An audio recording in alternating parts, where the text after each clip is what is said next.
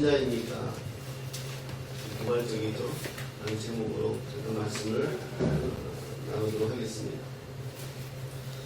저는 개인적으로 하나님과 이렇게 좀 시간을 가져야 되겠다라는 생각이 들면 요한일서를 봅니다. 요한일서의 전체의 주제를 만약에 저한테 누가 뭐냐라고 물으신다면 저는 사귐이라고 표현합니다. 사귐, 교제, 하나님과의 사귐, 하나님과의 교제. 요한일서에 보면 그런 내용들이 전체적으로 가지고 있습니다. 그래서 우리 기독교는 종교가 아니라 우리 하나님과의 관계다. 하나님의 관계성에서 우리가 예배하는 것이지 우리가 종교적인 어떤 측면에서 예배하는 것이 아니다. 라는 의미에서 요한일서를 좀 생각을 합니다. 요한일서를 읽다가 한 문장에 사로잡히게 되었습니다. 나름대로 성경을 읽었다고 자부하지만 참 하나님의 말씀의 오묘함은 참 달라요. 그때마다 주시는 감정과 감동이 다른데 아마도 성령께서 주시는 감동이 아닌가 이런 생각을 해봅니다.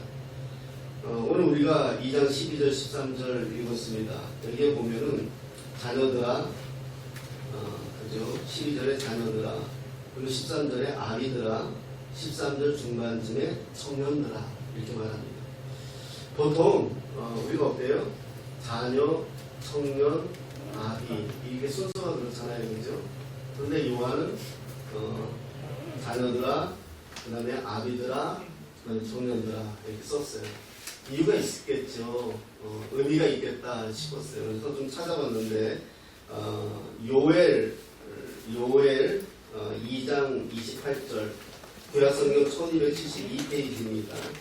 1272페이지 요엘 2장 28절에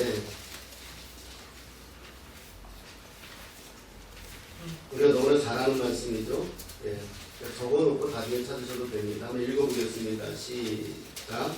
그 위에 내가 내 영을 만민에게 부어주리니 너희 자녀들이 장래일을 말할 것이며 너희 늙은이는 꿈을 꾸며 너희 젊은이는 이상을 볼 것이며. 아멘. 아멘. 여기서도 보니까 순서가 자녀, 그죠? 그 다음에 늙은이, 그 다음에 젊은이. 늙은이라는 말을 찾아봤더니 나쁜 말이 아니더라고요. 우리가 자꾸 늙은이 그러니까 나이 드신 분들이 기분 나쁠지 모르는데 젊은이나 늙은이나 다 이렇게 나쁜 말은 아니더라고요. 여기서 너희 자녀들, 늙은이, 청년 여기서도 이렇게 나옵니다. 하지만 또 성경 찾아보니까 이 똑같은 이 요엘서를 인용해서 베드로가 설교하는데 거기에 보면 사도행전 2장 17절입니다. 신약성경 189페이지 사도행전 2장 17절.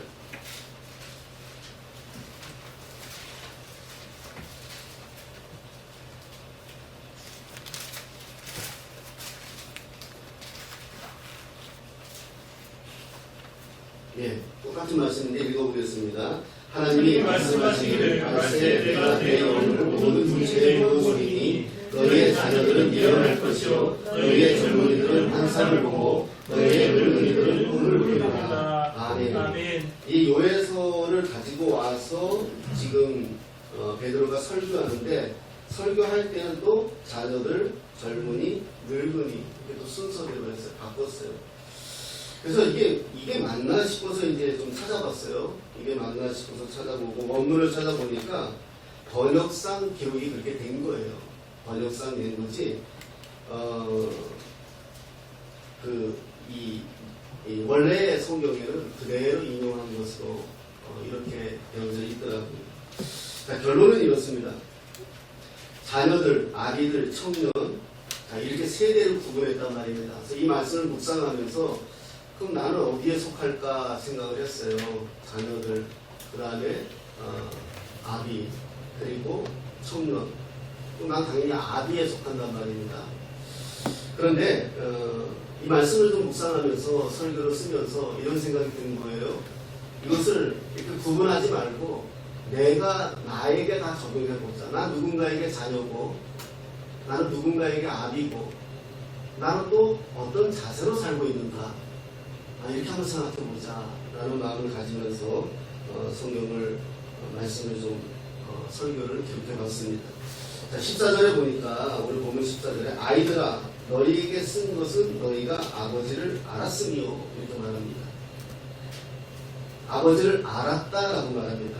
아비들에게는 태초부터 계신 이를 알았다라고 말씀하죠. 그리고 청년들에게는 너희가 흉악한 자를 이겼다라고 말합니다.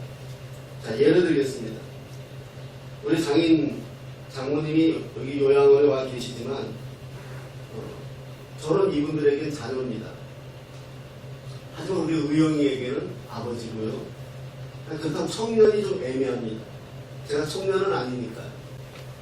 하지만 제 삶의 자세가 청년인가, 늙은인가, 아니면 자녀인가,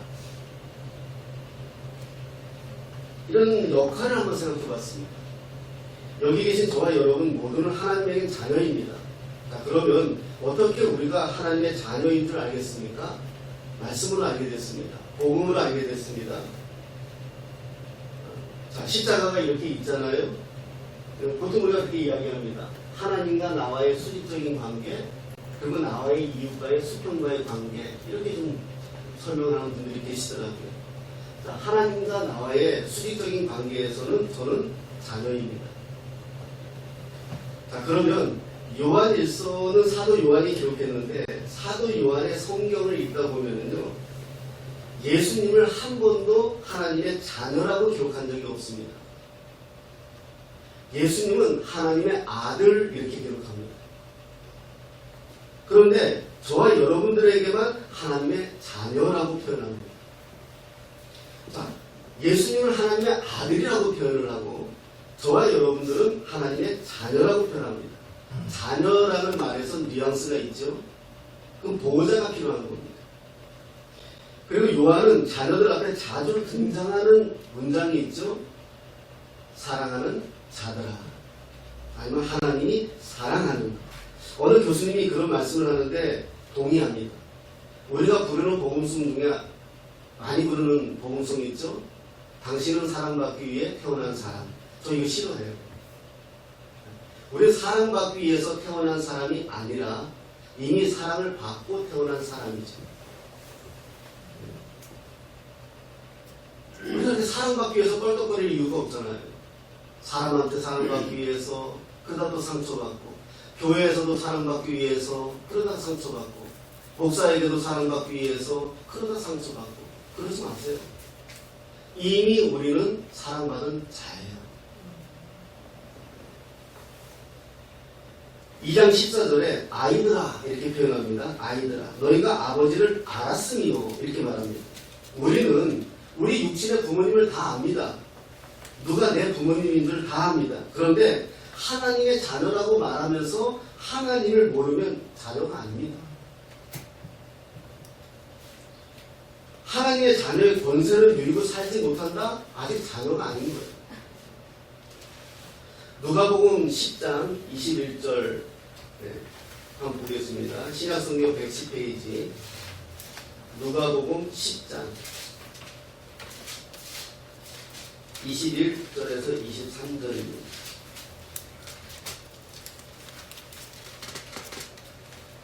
21절, 22절만 보면 되겠습니다. 좀 길지만 한번 읽어보겠습니다. 시작. 그때 예수께서 성령으로 기뻐하시며 이르시되 천지의 주계신 아버지여 이것을 지혜롭고 슬기있는 자들에게는 숨기시고 어린 아이들에게는 나타내심을 감사하나이다. 옳소이다. 이렇게 된 것이 아버지의 뜻이니라. 내 아버지께서 모든 것을 내게 주셨으니 아버지 외에는 아들이 누구인지 아는 자가 없고 아들과 또 아들의 소원대로 계시를 받는 자 외에는 아버지가 누구인지 아는 자가 없나이다. 아멘. 하나님의 계시가 아니면 하나님이 누구인지 아는 자가 없다는 거예요. 내가 지금 하나님을 믿는다 말하면서 하나님을 모르면 우리는 하나님을 모르는 거예요. 계시라는 말은 저는 고향이 강원도 춘천인데요. 강원도 춘천에서 제일 좋은 극장이 육림극장이었습니다. 예, 그 다음에 소양극장, 예, 그 다음에 남부극장, 그 다음에 중앙극장. 예, 왜 중앙극장은 몰래 많이 들어가서 봤습니다. 근데 옛날에 기억났어요? 영화관 그 육극장 그랬어요. 영화 시작하기 전에 커튼이 쫙 열립니다. 막 흥분됩니다. 그러면서 바로 나오는 게 뭐죠? 대한뉴스. 네. 그게 계시예요. 화면을 열어줘야만 화면을 볼 수 있잖아요. 하나님이 성경을 보든 무엇을 하든 열어주셔야만 내가 볼 수 있어요. 여러분들이 하나님을 아버지라고 부른다는 것은 하나님이 열어주신 거예요. 계시해 주신 거예요. 계시가 막 그렇게 이상한 거 아니에요. 하나님이 자신을 보여주시는 거예요. 그렇지 않 보여주기 전엔 아무도 하나님을 몰라요. 알지 못해요. 오직했으면 사도 바울은 모세 형님에게 희미하게 알았다고 표현해요. 우리는 분명하게 알게 돼요. 하나님을. 그걸 말씀드리려고 그래요. 예수님이 하나님의 아들이시잖아요. 우리는 하나님의 자녀라고 말해요. 그러면 족보가 어떻게 되나요? 예수님은 우리의 형님이 되시는 거예요. 이 말은 예수님이 우리를 동생으로 받아주시기로 용납하셨다는 거예요. 예수님이 십자가에서 죽으신 것은 저와 여러분들을 동생 만들기 위해서요. 하나님의 자녀 만들기 위해서요. 그래서 우리는 이 세상 것으로 우리를 판단하고 좌절하고 탄식할 이유가 없다는 겁니다. 이 세상 사람들이 세상 모든 것들을 다 가지고 누리고 산다 한들 저들이 언젠가 마지막 심판날에는 하나님의 자녀됨의 복을 받지 못하고 심판받는다는 거예요. 이 세상은 저와 여러분들에게 많은 것들을 줍니다. 그리고 우리는 행복하다고 여기게 합니다. 아내, 남편, 부모, 돈, 건강, 이 세상은 우리가 다 줍니다. 하지만 이 모든 것들은 잠시 나를 행복하게 해줄 수 있을지는 몰라도 계속 행복하게 해주지는 못해요. 요즘 사람들이 그러더라고요. 월급 받으면 10초의 행복이랍니다. 그냥 10초만 행복해요. 순간적으로 다 어디서 빠져나가는지 다 빠져나가요. 집사람한테만 가면 다행이게요. 받았을 땐 행복한데 다 빠져나. 아내는 어떻습니까? 내가 저 여자와 결혼하면 행복할 것이다? 길어야 3년.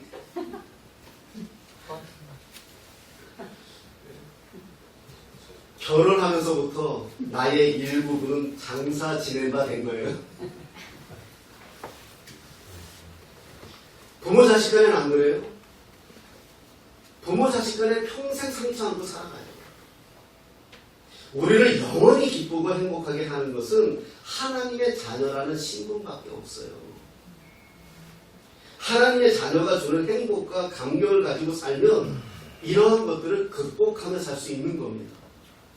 오늘 본문을 보면 12절에 자녀들아 이렇게 나옵니다. 하지만 14절, 18절에는 아이들아 이렇게 나옵니다. 일반적으로 자녀가 어립니까? 아이가 어립니까? 아이가 더 어립니다. 오늘 성경은 자녀들아 먼저 나오고 아이들아 이렇게 나옵니다. 이것도 요한의 의도가 있지 않을까 생각이 드는 겁니다. 하나님의 자녀라고 말하면서도 아직 아이와 같이 살고 있다는 거예요. 어렸을 때 자녀들 약 올린다고 진짜 엄마는 다리 밑에 있다고 말하죠. 그럼 이 말을 들은 아이는 엄마 찾아가겠다고 합니다.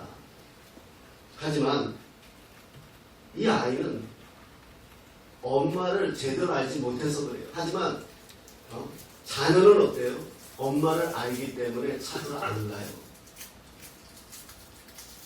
우리는 분명한 한 가지가 있어야 합니다. 내가 하나님의 자녀라는 겁니다. 저는 한 번씩 기도할 때 쓰는 용어가 있습니다. 하나님 아버지, 아버지가 제 아버지시니까 아버지 책임져 주셔야 합니다. 아버지가 죽으라면 죽을 것이고 아버지가 살라면 살 것입니다. 하지만 다 아버지 것이기 때문에 아버지 책임져 주셔야 돼요. 그렇지 않으면 저 못해요. 이런 고백을 곧잘 합니다. 갈라디아서 4장 말씀 한번 보겠습니다.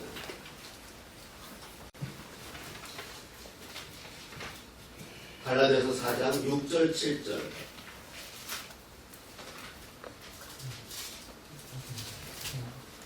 406페이지 6절 7절 읽겠습니다. 시작. 너희가 아들임으로 하나님이 그 아들의 영을 우리 마음 가운데 보내사 아빠 아버지라 부르게 하셨느니라. 그러므로 네가 이후로는 종이 아니요 아들이니 아들이면 하나님의 말미암아 유업을 받을 자라. 아멘. 이 말씀을 잘 이해하시기 바랍니다. 성령이 우리 안에 오셔서 믿음을 가지게 합니다. 그래 작동하셔서. 또 제가 신학교에서 삼위일체 이야기하면 다 어려워요. 사실은 옛날 우리 목사님들은 뭐 집에서는 아버지요, 교회에서는 목사요, 뭐 이렇게 해서 양태론이죠. 옷만 다 바꿔 입고 오는 거잖아요. 그렇다고 해서 또 이렇게 말하면 또 삼신론이 돼버리고 조심스러워요. 그래서 어디 가서 괜히 삼위일체 얘기하면 복잡해져요. 그런데 저는 그냥 이렇게 얘기해요. 성부 하나님이 손병훈이라는 사람을 이 세상에 태어나기도 전에부터 아버지 허리에 있을 때 이전부터 하나님이 손병훈이를 작정하셨다. 계획하셨다. 언제 이 세상에 보낼 것이고 어떻게 구원하실 거라는 것을 하나님이 계획하셨다. 그리고 이것을 이루시기 위해서 예수님이 이 땅에 오셔서 내가 죄가 있으면 하나님 앞에 나아갈 수 없기 때문에 나의 죄를 사해 주셨다.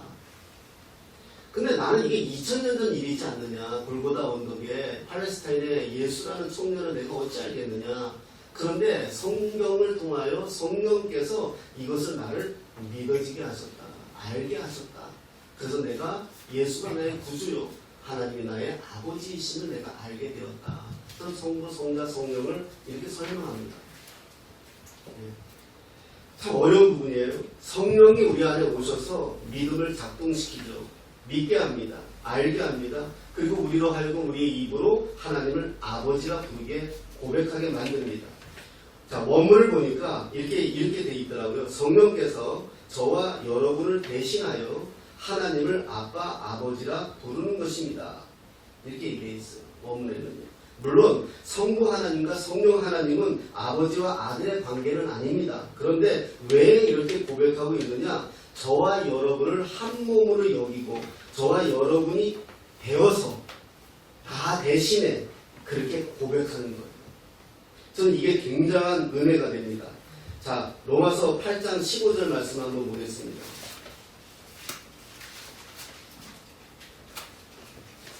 로마서 8장 15절.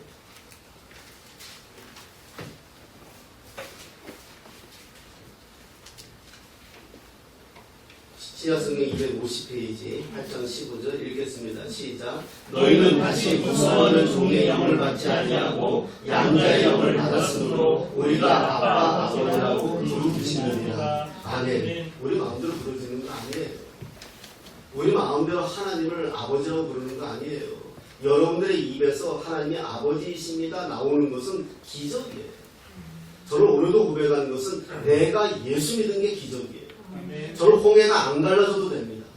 저는 죽은 자가 살아나지 않아도 됩니다. 저는 병든 자가 벌떡 일어나지 않아도 돼요.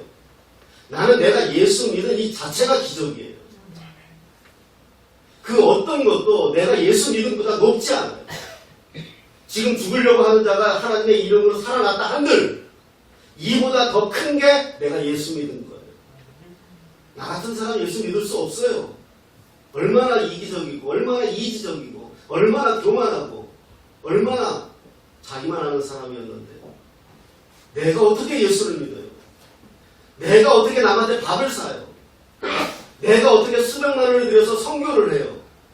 내 새끼 밥 먹이는 게 더 낫죠. 내 마누라 옷 한 벌 사주는 게 더 낫죠.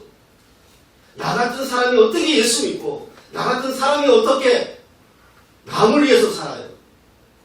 단 하나밖에 없어요. 내가 예수 믿어본 것밖에.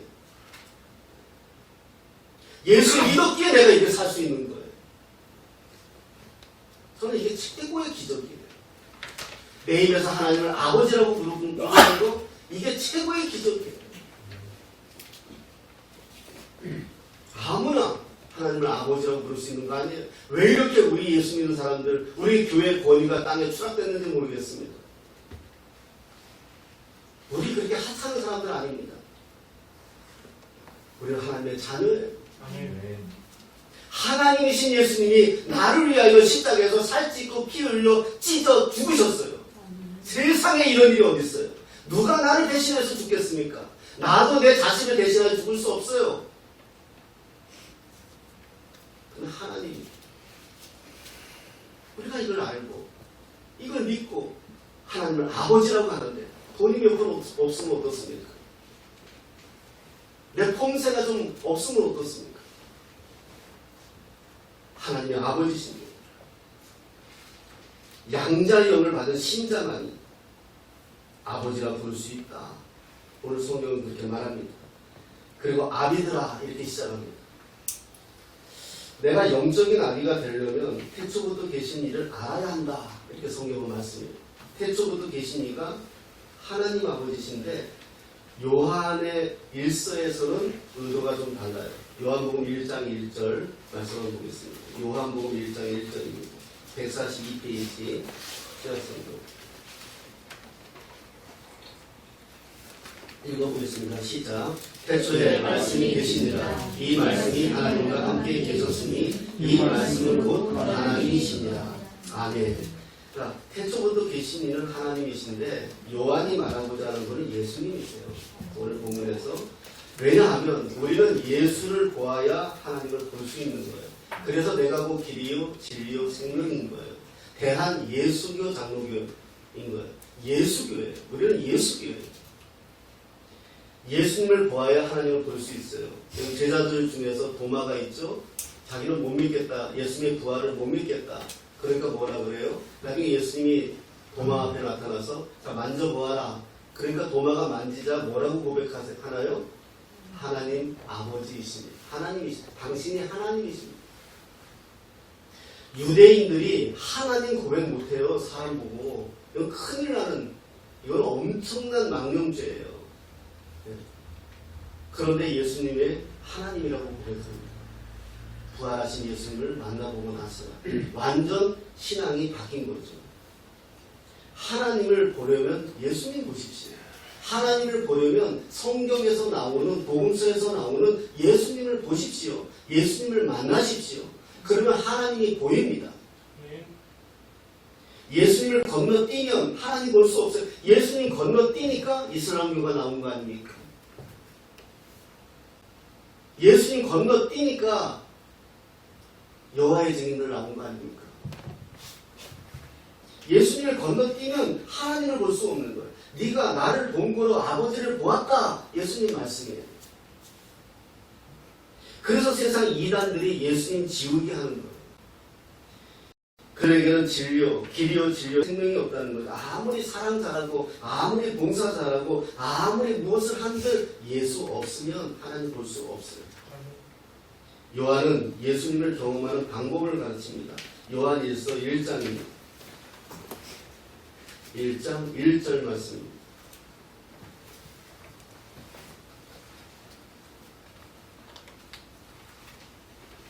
읽겠습니다. 시작. 태초부터 있는 생명의 말씀에 관하여는 우리가 들은 바요 눈으로 본 바요 자세히 보고 우리의 손으로 만진 바라. 아멘. 하나님의 말씀을 통하여 예수님을 만나세요. 예수님을 만지세요. 예수님을 보세요. 여러분 2절에 보면 증언이라는 말이 나와요. 우리가 보았고 증언하여 그래요. 증언하여 그래요. 증인은 아무나 되는 거 아니잖아요. 본 사람만이 증인, 보지 않고 증인하는 것은 뭐죠? 위증이에요. 그럼 우리가 적어도 나가서 선교한다, 우리가 적어도 나가서 전도한다 라고 하면 본 자만이 할 수 있는 거예요. 보지 않은 자가 전도하니까, 보지 않은 자가 선교하니까 엉뚱한 말 하는 거예요. 예수님을 만나지 않은 자가 전도하니까, 예수님을 만나지 않은 자가 기껏 말하는 게 교회 자랑밖에 못하는 거예요. 내가 예수 만났으면 예수 자랑해야 되는데 예수를 만나지 못했으니까 교회 자랑, 목사 자랑, 건물 자랑, 프로그램 자랑 이렇게 가는 거예요. 내가 정말 예수를 만난 사람은 다른 시간에 내 시간이 뺏길 이유가 없어요. 예수님 이야기하기만 바빠요. 지금 우리 교회들 전도하는 거 보세요. 다 교회 자랑이에요. 다 목사 자랑이에요. 하지 마세요. 하나님의 이름에 먹칠하는 거예요. 예수님 자랑하면 돼요. 가까운 교회 나가세요. 나중에 그 한마디만 하면 돼요. 자기가 예수를 보지 못했으니까. 얘 할 말이 없는 거예요.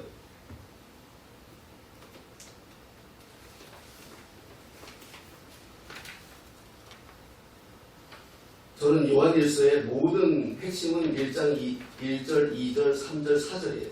전 전도할 때 이렇게 가르쳤어요. 네가 예수를 보고, 네가 예수를 만지고, 네가 예수를 경험했으면, 네가 1절이 그 얘기잖아요. 2절이 그러면 네 안에 생명이 있어. 너는 그 생명을 누리는 거야. 너는 이제 아버지와 함께 계셔. 그러다가 이제 예수님과 함께 계셔. 우리가 보고 들은 바를 너희에게 전하면 너희로 우리와 사귐이 있게 하려 합니다. 그러니까 전도가 별게 아니야. 나 예수 믿으니까 너무 좋아. 나 예수 믿으니까 너무 행복해. 전에 잠도 못 잤어. 전에 몸이 좀 아팠어. 그런데 이것들이 나하고 무슨 상관이 안 돼 이제. 예수님만 생각하면 기뻐. 나는 오늘도 예수님과 사귐을 갖기 위해서 나의 많은 시간을 하나님께 투자해. 시간을 보내. 그런데 이 기쁨을 너도 좀 누렸으면 좋겠어. 이게 1장 1절, 2절, 3절, 4절 요한이 말하는 거예요. 내가 예수를 손으로 만졌고 보았고 누렸어. 그런데 그래서 내 안에 예수가 충만해. 이제 내가 너희들한테 이걸 쓰는 이유는 이 기쁨, 이 사귐도 너희들도 누리기를 원해. 이거예요. 여러분, 우리가 신앙생활 하면서 누리세요. 제가 설교 준비하면서 이 부분에 한참 매달렸습니다. 언젠가 우리 후배 목사님이 개척을 준비하고만 있지 개척을 안 하시길래 왜 안 하느냐, 무슨 일이 있느냐, 어려움이 있느냐, 내가 뭐 도울 수 있는 건 없느냐, 이런 이야기를 나누는데 이 친구가 저한테 이렇게 말 한마디 하더라고요.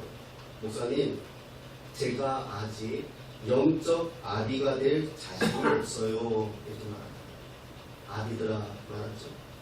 목사님, 제가 아직 영적 아비가 될 자신이 없어요. 그 말은 뭐예요? 성도들이 오면 그 성도들을 정말 영적 자녀로 여기고 영적 아비가 될 마음이 아직 나에게 없다는 거예요. 안 된다는 거예요.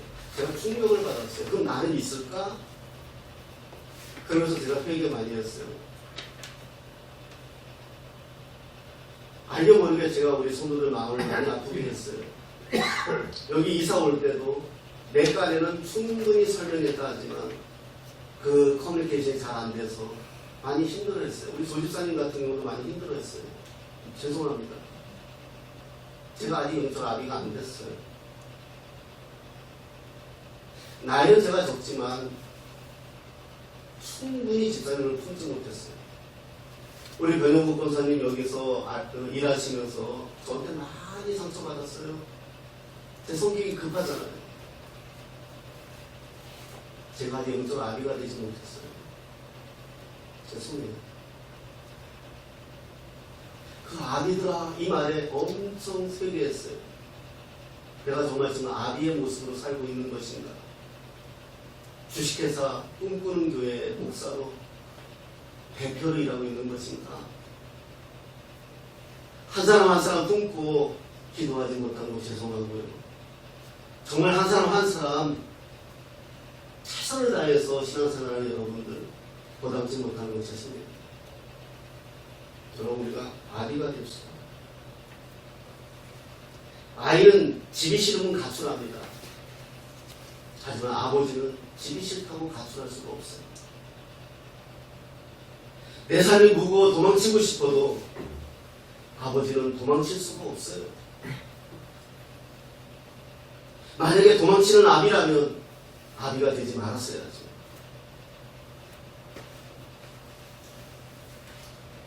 이 말이 얼마나 무겁고 엄중한 말인가 다시 한번 이 말씀을 설교를 쓰면서 고백을 했습니다.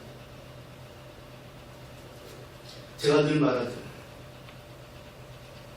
내가 이렇게 정말 사랑한다고 입술로 수없이 고백하지만 정말 내가 아버지 마음으로 사랑하는 것입니다. 여러분, 교회는 아비들이 많아야 됩니다. 자녀들이 많으면 안 됩니다. 자녀들은 요구하고 요구가 충만되지 않으면, 하지만 아비는 품습니다. 아무리 작은 교회든 큰 교회든 아비가 많아야 됩니다. 품어줄 수 있는 사람들. 마지막으로 청년들아 이렇게 말합니다. 왜 청년을 마지막에 놓았을까? 보통 한국교회가 하나님의 자녀들은 잘 세웁니다. 몇 분 안 되지만 아비들까지도 잘 세웁니다. 하지만 여기서 다 마칩니다. 그래서 잘 믿고 봉사 잘하고 순종 잘하면 신앙생활 잘하는 것처럼 여깁니다. 하지만 여기서 그치면 안 된다는 것이죠. 청년하면 무엇이 생각납니까? 오늘 성경에서 청년들아 내가 너희에게 쓰는 것은 너희가 악한 자를 이겼음이니라 이렇게 말합니다. 두려움이 없습니다. 제가 그동안 사역을 해오면서 가장 신이 날 때가 언제냐면 청년 사역할 때예요. 청년들은요 말씀 듣고 은혜 받으면 바뀌어요. 우리 어른들은요 말씀 받고 은혜 받으면 오늘 말씀 좋았어요 말 잘하는데 하나도 안 바뀌어요. 역사적 사명을 하고 안 바뀌어요. 끝까지 안 바뀌어요. 근데 청년들은 달라요. 은혜 받으면 바뀌어요. 세상을 본 눈이 달라지고요. 예배드리는 자세가 달라지고요. 하나님을 바라보는 마음이 달라지더라고요. 청년들은 달라요. 교회에서 가장 하기 힘든 설교가 헌금 설교인데 하지만 청년들은요 그 말씀 듣고 하나님 앞에 헌신하기로 하면 그때부터 실조예요. 그럼 제가 말하죠. 하나님을 믿고 자기 소득의 10분의 1을 할 수 있는 청년은 나는 믿을 수 있다. 저 그렇게 가르쳤어요. 왜냐하면 이 친구는 그 다음부터는 돈을 굶어 있겠어요. 하나님이 주신 것을 믿기 때문에 돈을 함부로 안 써요. 하나님이 주신 것을 믿기 때문에 10분의 1을 하나님께 드리는 거고 그것 남은 것조차도 하나님의 것임을 고백하기 때문에 그 돈 가지고 헛되지 않아요. 자기 유익을 그 돈 가지고 유흥비를 쓰겠습니까? 그 돈 가지고 자기 유익을 위해서 살겠습니까? 전 청년들에게 말합니다. 이런 청년한테 시집가면 평생 돈을 고생 안 해요. 얼마를 벌든지. 돈 몇 푼 버는 거 지거라고 그거 벌어왔다고 아내한테 힘주고 부모한테 힘주고 친구 밑에서는 평생 돈의 노예로 살면서 바로 이런 거. 아버지와 자식의 차이가 뭔지 아세요? 자녀를 항상 얻어먹을 거 생각해요. 하지만 아버지는 자식에게 줄 거 생각해요. 아버지는 사람들에게 오늘 뭐 얻어먹지 않합니다. 아버지의 소망은 자식의 잘됨입니다. 제가 언젠가 고백했죠. 제가 한 번씩 아버지를 떠오를 때 생각나는 게 아버지가 퇴근하고 들어오시면서 이렇게 뭐 하나 사들고 들어오면 나는 아버지 한 번도 불러보지도 않고 쳐다보지도 않고 봉지만 들고 내 방 들어갔다고. 나이가 들어 제가 지금 생각하니까 그때 한 번 내가 아버지 한번 안아드렸습니다. 아버지 고맙습니다 하고 안아드렸습니다. 아버지 감사합니다 내가 한번 안아드렸습니다. 저는 그때 그렇게 못했어요. 그게 부모와 자식이에요. 그런데 청년들이라 할지라도 영적으로 성숙한 청년들은 남에게 무엇 할까 고백하는 청년들이에요. 누군가의 필요를 채워줘야 기쁨을 누립니다. 아비라는 이름을 가지고 있어도 아직 자녀와 같은 자리에서 필요의 채움을 위해 살아가면 아직 자녀예요. 요한은 청년들에게 요구하는 것이 있습니다. 악한 자를 이기라는 것. 여기서 악한 자는 사탄입니다. 세튼, 마귀, 귀신 다 같은 말입니다. 하나님께서 에덴 동산을 만드시고 아담과 하와에게 선물했습니다. 다 가지라고 했습니다. 하지만 하나는 안 된다고 했습니다. 그 다 가지면 될 것인데 아담과 하와는 그 하나에 꼽혀서 결국 마귀의 유혹으로 그것을 먹게 되죠. 이게 사탄이 하는 짓이에요. 성경은 말합니다. 요한일서 5장 4절에 무릇 하나님께로부터 난 자마다 세상을 이겼느니라. 그러나 하나도 알아야 합니다. 세상을 이겼느니라. 이 말씀의 원문에는 이렇게 되어져 있습니다. 세상을 이김은 이것이니 우리의 믿음입니다. 5절에 보면 예수께서 하나님의 아들이심을 믿는 자가 아니면 세상을 이기는 자가 누구냐? 이렇게 말씀합니다. 그렇습니다. 우리가 예수님을 믿을 때 우리가 믿는 예수님이 이겨주시는 것입니다. 내 믿음이 이기는 게 아니라 내 믿음을 도구로 해서 예수님이 이겨주시는 거예요.